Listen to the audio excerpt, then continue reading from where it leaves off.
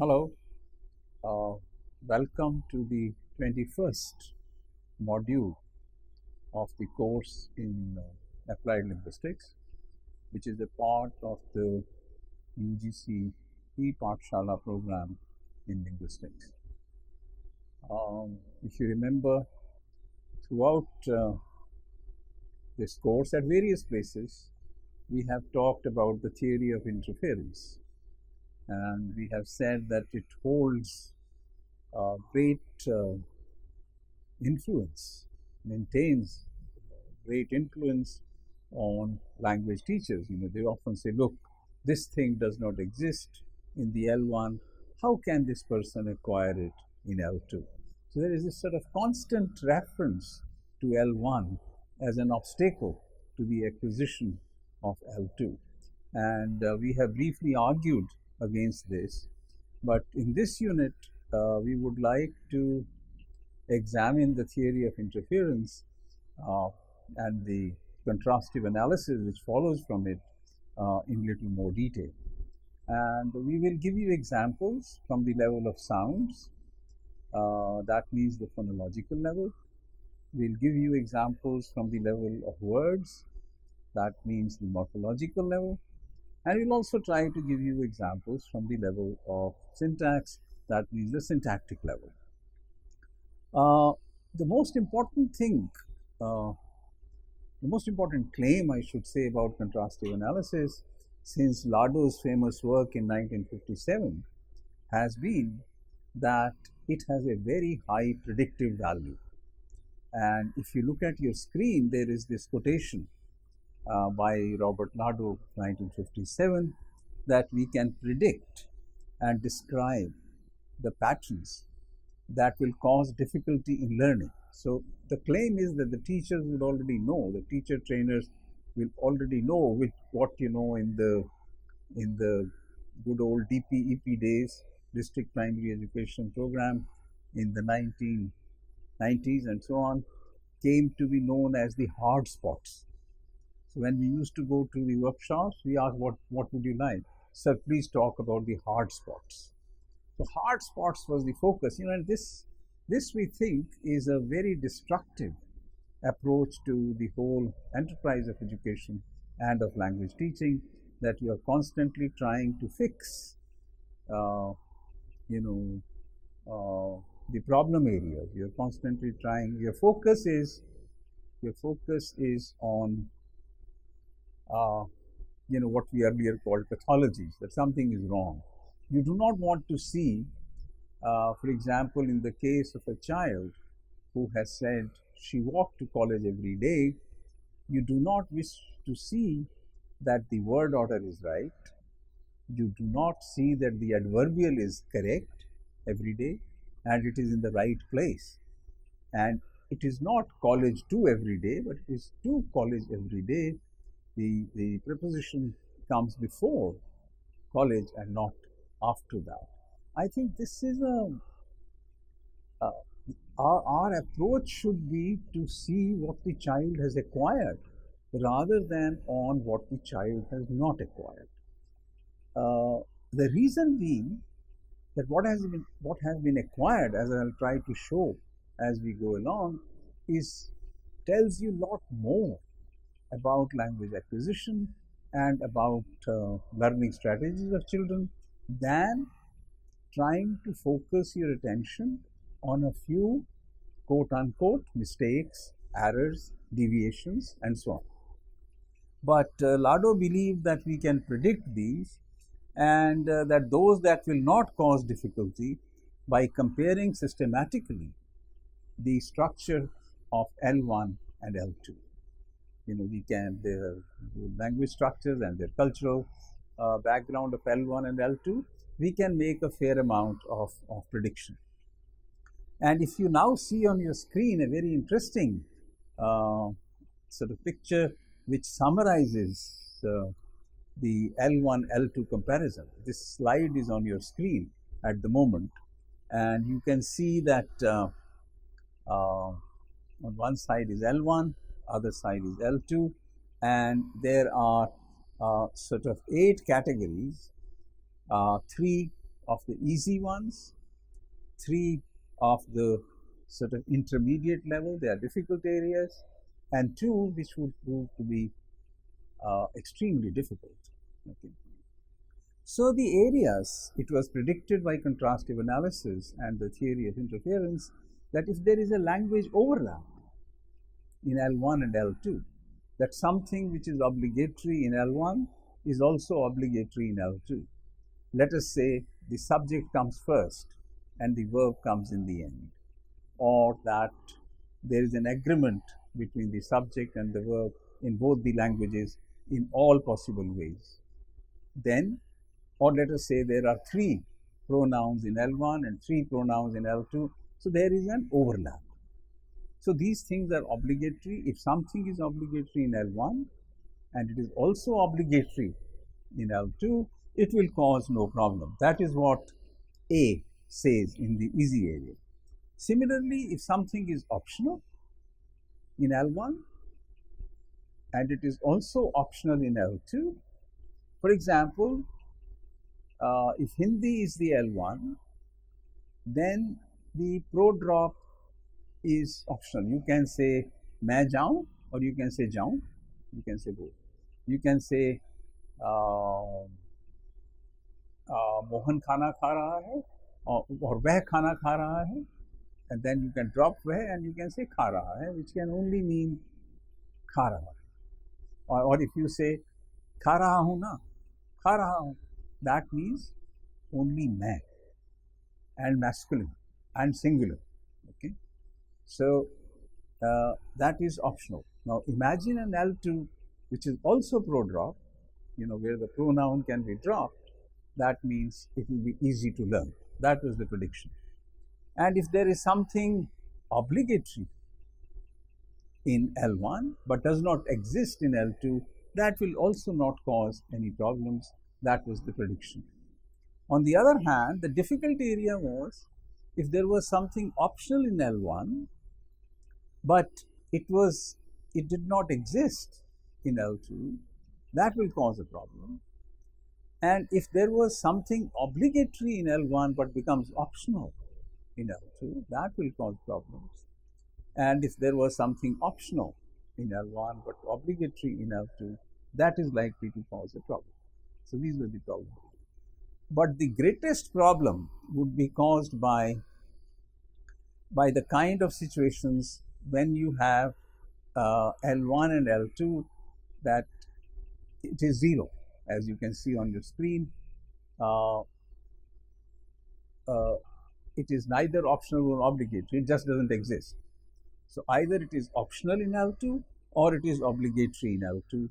These two situations, when the phenomena doesn't exist at all in L1, if your L1 is Hindi, then it is obligatory to always make an agreement between the subject and the verb. So we have been giving examples. Veh khata hai, main khata hu, tum khate ho.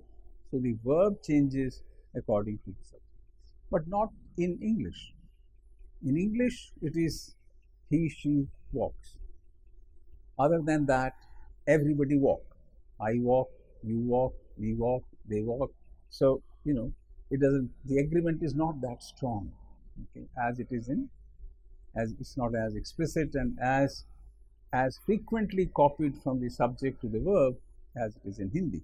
So if it is that kind of situation, then language learning for a Hindi speaker, for an English speaker as an L1, learning Hindi is going to be more difficult. And we will see more examples of that. See some examples. For example, it is not very straightforward that if it is there in both the languages, it may actually be there in very different ways. Look at the level of sounds. So there are sounds which you will know by now, like what are called plosives or what are called stop sounds, which are produced with an explosion like p or b. So English has 6 of them. 3 voiceless, 3 voiced. Pataka, badaga. That's all. There are 6 stops as opposed to Hindi, which has at least 20, and we'll talk about that very soon. But the point here is that the Hindi pa and the English pa are not the same. Okay, that's what we need to understand. Because when we look at it in terms of distribution, then pa ta ka, unlike the Hindi pa ta ka, will be aspirated. Normally, they are like the Hindi pa ta ka. For example, in a word like cup, whether you say it in Hindi or in English, the pa would be more or less the same. But in a word like pin, let us say if you were to say pin in both Hindi and English, so in Hindi you would say pin, but in English you have to say, in native speakers English, you have to say pin. So that pa in the stressed initial position has to be aspirated. So you have pin, tin, kin. We say time, but they say time. We will say tire, they'll say tire. So the t has to be aspirated.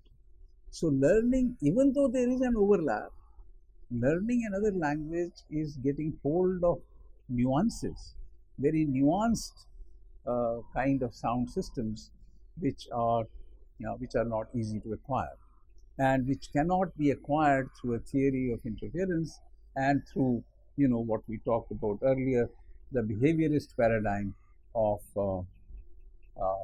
PPMN and reward and punishment.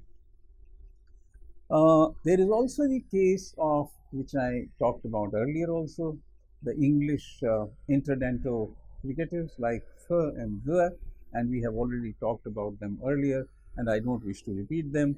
And also the case of, let's say for a Hindi learner, the difference between the English v and w.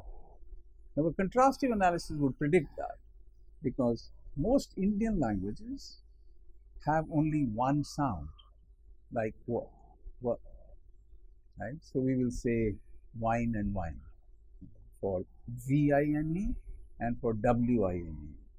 But an English speaker would say wine and wine. This also we have talked about earlier. So let's go to the case of the Hindi stops. So an English person or an English child trying to learn Hindi as a second language or as a third language. So if you see the chart, this slide is on your screen. It must be in front of you. I hope they will put it in front of your screen. That is, this slide is about a description of the 20 consonantal sounds of the Hindi language, and there are 4 in each category, from the lips to the velum. So pa ta ka, ka cha ta ta pa. So from here ka cha ta ta pa, and then we have 3 more in each line. Now, if you need to distinguish 4 consonantal sounds, in each one they are distinguished in terms of place of articulation. Okay. Either it is teeth, behind the teeth. So ta is like this. These are your teeth, and ta, tha, da, dha, no, ta. Pa is here. Pa, pa, ba, bha, right? And then ta is like this. Ta, tha, da, dha, etc. So these are distinguished on that, the place where the consonantal sounds are articulated. But in terms, so all the pa sounds are the pavarg sound, the class of pa sounds are articulated at the lips. All the tavarg, the class of ta sounds is at the teeth. Ta, tha, da, dha, all the 4. So we need 2 more features in terms of binary features to distinguish them, and these are the features of aspiration and voicing. Aspiration, I explained to you earlier, is the extra puff of air, okay, which makes the distinction between p and p. So if you take a candle like this in front of you and you light a candle and you say p, nothing would happen. But if you say p, the candle will go off, or at least the flame will go like this. You can try this. So that is the difference. That is the only difference between p and p. There is a difference between p and b, because in the case of p, the vocal cords are not vibrating. In the case of b, they are vibrating. So they are called voice. So we need two features, aspiration and voicing. So p, as you can see on the screen, p is minus aspirate minus voice. P is plus aspirate minus voice. B is plus voice minus aspirate, but bh is plus aspirate and plus voice. Now imagine an English person, or any Western perhaps, is going to go crazy trying to learn all these distinctions. That is why if an Englishman trying to say ghar, he would say gar, because he knows g, the closest sound is g. So it's very difficult for him to pronounce ghar. Okay. However, the fact remains that it is not impossible to acquire these sounds. But contrastive analysis certainly tells us that these will be difficult. There is a comparison with pa, ta, ka and ba, da, ga, which are 6 in all. With these 20, makes it clear that it's going to be difficult for them to acquire it. So that's the world of sounds, and in the world of sounds, contrastive analysis is significantly helpful. It makes some sense to use contrastive analysis and learn something from it in terms of the theory of interference. But at the level of words, I think contrastive analysis cannot be of great use, because lexicon is a list of words that are related to each other differently in different languages. So they have to be learned. Okay. So very difficult to say.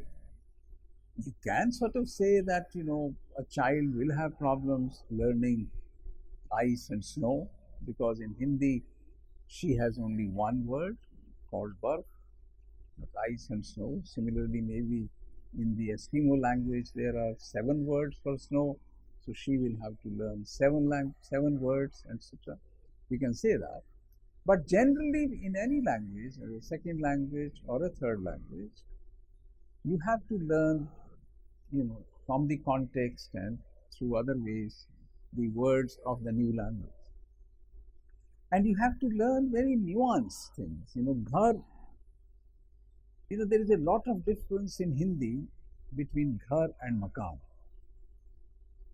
There is an overlap. Maybe in Hindi you can say, maine ghar kharida, maine makan kharida. That's okay.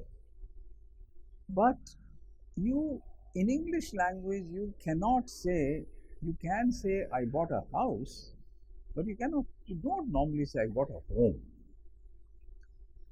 So home and house, they look very close, but their collocations, their usage is very different. So you can talk of homecoming, you can talk of home brewed, you can talk of home truth, you can talk of homemade, these are homemade pickles. Or you can say homesickness, when you feel sick and therefore you want to go home.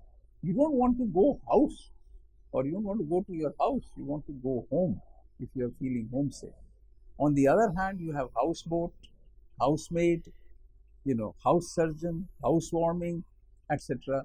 So the two words, home and house, which look so close otherwise, and in many contexts in Hindi may be translated only as ghar, or maybe as makan, or some other word. But the collocational restrictions in English are very different and have to be learned. Similarly, if there are similar collocational restrictions in Hindi, they will have to be acquired.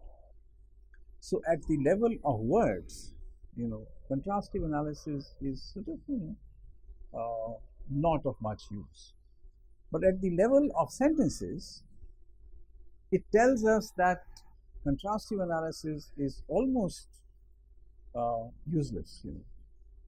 Uh, I pointed out earlier in one of the modules that one of the reasons that we may call it interference may be because the input from the teachers and the parents is what the child is speaking. It has nothing to do with the first language.